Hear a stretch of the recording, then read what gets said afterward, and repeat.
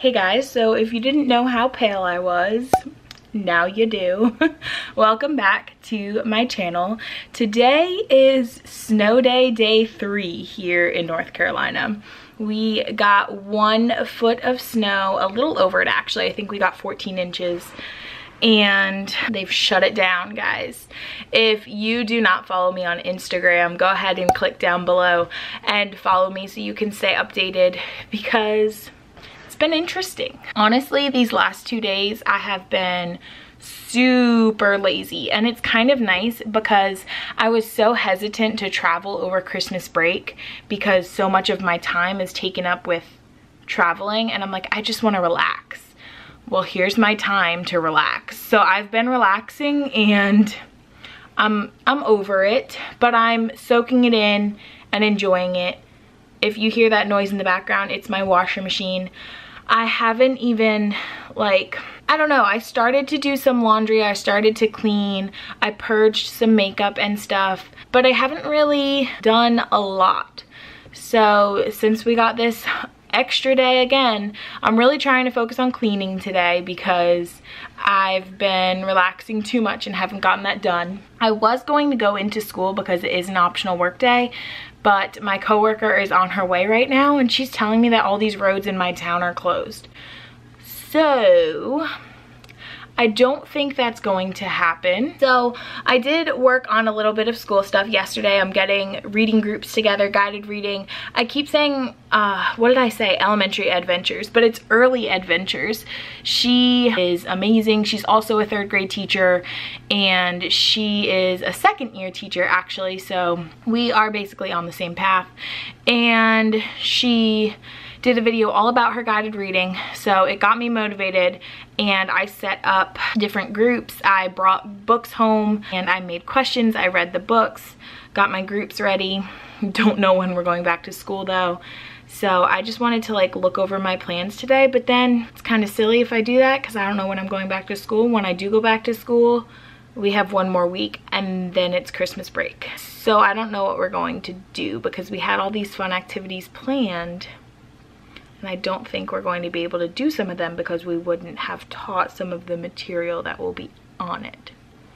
So we will see. I just wanted to jump on here and say hey, and when I start doing something school related, I will update you guys.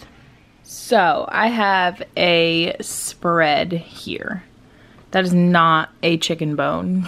That is a piece of turkey. 0 points. 99% fat-free, Weight Watchers. Yes, I'm still attempting to do Weight Watchers. Haven't lost weight in a long time. But anyway, I have my paper planner. I have my plan book. I have my plans for the week. What I like to do is take the top copy from all my stacks of copies because it tells me when it's for and the date, and like I've mentioned in the past, we do plan as a grade level, so I plan math and science and social studies with some coworkers, and then the other 3rd grade teachers plan ELA, reading and writing. We share plans every Thursday, and that's for the following week. So I have the whole weekend to look over, see what I want to use, because I don't have to teach using these resources, but it's there, it's ready, it's prepped, which I really enjoy. But something I've been doing this year is, when I am motivated, like I said, take the top copy for all subjects except science, because I'm good with those plans. That's such a short block of time. You gotta do what you gotta do. But math, even though I plan it with 2 other teachers, and sometimes it's not all my ideas, of course. So things I want to add in, this is my time that I use to add those things in. And I try to see how I can make everything work, and I base it off of how my class is doing. I have all of my copies. I'm looking at my plans, and what I like to do is I take from my plan book and I go to my plans here. What I'll normally do is write out for the week just little blurbs about what we're doing, and that helps me wrap my mind around the week It helps me understand how I'm going from lesson to lesson. I've gotten into the pattern of getting to school and looking at my plans and teaching, and that is not being the best I can be. That's not being the most effective I can be. So I've put a halt on that habit, and I'm coming back to write out my week span, because writing it gets it into my memory so I actually understand what I'm teaching. So I've gone ahead and mapped out my week for ELA. Now, I have no idea what this is going to actually look like. We are probably going to cut out some of these lessons because of all of our snow days, but I just went ahead and did it anyway. I do have, I forgot to add it in here, vocabulary every day. This is something new that I'm trying just to expose my kids to more vocabulary, and it's a fun way. They really like it. It's a good way to transition from math to reading. I play the video while they're eating snack. For those of you that don't know what Flocabulary is, it's an online subscription to a program that makes singing videos about all different topics: science, social studies, ELA, math, and then they have a vocabulary section. And my partner from 4th grade, who taught reading to the students I taught math to last year, she always used vocabulary and she loves it. I wanted to try it out. The vocabulary broken up into different colors, and those colors are grade levels. So I believe my kids are either doing the orange or the red, whichever one is 3rd grade. The first song they thought was hilarious, and they have different activities to go with it.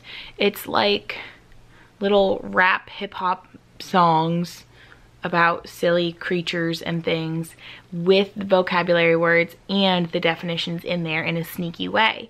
So the first day I'm having my kids just listen to the song. The second day we're going to listen to it, but we're going to listen to it with the lyrics in front of it. And what I had them do last time, we did this in small group, I had them highlight the definition of the word. So here they're using context clues because some of the definitions are not even in the lyrics.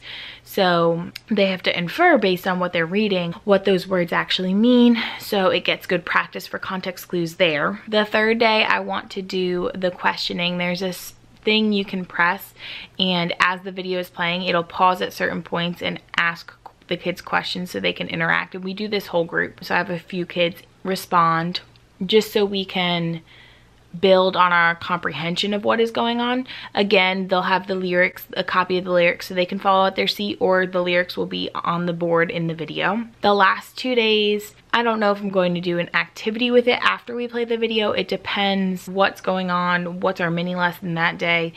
I don't want to focus on it too much, but I do want to give them that exposure. I can't focus on it too much because I'm also going to start spelling patterns and word study in small group, which also has a few vocabulary words with that spelling pattern that we're focusing on. So I don't want to give them overload, but I think this is just a fun, easy way to get them to hear more vocabulary, especially since we're doing character traits. I have noticed that my kids can't read half of the character traits. Like patient, oh my goodness, they cannot read the word patient. And then like patriotic, they didn't even know what that word meant. There was just a whole character traits activity that we did on Friday that we went over each of the words too, and like there were kids who knew what each of them meant. I'm gonna give them a vocabulary list to study at home of character traits to help them on their upcoming character traits test and assignments. Vocabulary is how I'm going to start my reading lessons. The first day we are using our ACT book. These are lessons we usually scrap. However, this is also a lesson that is most similar to testing questions. So maybe I'll try to find a way to fit this in during one of our IME days, our intervention days. Then we have 2 days of pulling from Charlotte's Web chapter 1. I would model with a different book, but the first day we talk about how characters' actions help us figure out their traits, and then the second day we talk about how their dialogue helps us figure out their traits. And that's where this map comes into play, this outline. So usually something like this that we stretched out over 2 days, we would squeeze into one. But since I'm starting centers and my kids only have 20 minutes to work on their independent, I want to keep that separated. And I also think this is important because that's helping them get their evidence for why they're choosing a trait for a character. They're seeing that their actions cause it, or the way they talk cause you to think a certain way about the character. So I really like these lessons. And then Thursday, Friday, and Monday, well, not even these days because tomorrow's Thursday, we were supposed to start our character bag project. I'm assuming that's where all the other teachers in 3rd grade are going to start the week. What's good about that is we had 3 days for the project, so we can kind of condense it. But again, I'm starting centers, so I don't want to condense it. But I do have that IME time that my kids can continue working if they are not finished. So that's my week of ELA. Now I know where I'm going. These are seriously the tiniest blurbs ever. Doesn't have my standards, doesn't have anything, because all of that is online in my plan book. I'm going to go ahead and do this for math, science, and writing. Well, I finished writing out my plans, and I guess this is kind of going to be my life next week, because we just got the phone call for tomorrow. Another snow day. But it is another teacher work day, and I didn't go in today because I told you my coworker said roads were closed. My parking spot, I need to really shovel it out tonight so that I'm not spinning my wheels tomorrow, because that just freaks me out and my boyfriend doesn't understand. But thumbs up this video if spinning tires in the snow or ice or slush makes you nervous too, because I just don't want to deal with that. But now that I have my head wrapped around my weekly plans, now that I have my head wrapped around guided reading groups, I have new reading groups put together, I have new math groups put together. Tomorrow I'm going to go into my classroom, have everything set up for next week so it can all happen, and organize the heck out of my classroom. I'm gonna bring you guys with me. So stay tuned for that. Make sure you hit that notification bell when you subscribe, because my view count, I mean, maybe I'm boring lately. Like, I know I talk a lot and I don't show as much, but I don't know. I like to talk, okay? And that's why I film myself. But my views have been like significantly down, and I don't know if it's because I'm not coming up in people's subscriptions or if people just don't want to watch me anymore. I mean, that's fine, whatever. But if it's because people aren't being notified, I want to make sure they're being notified.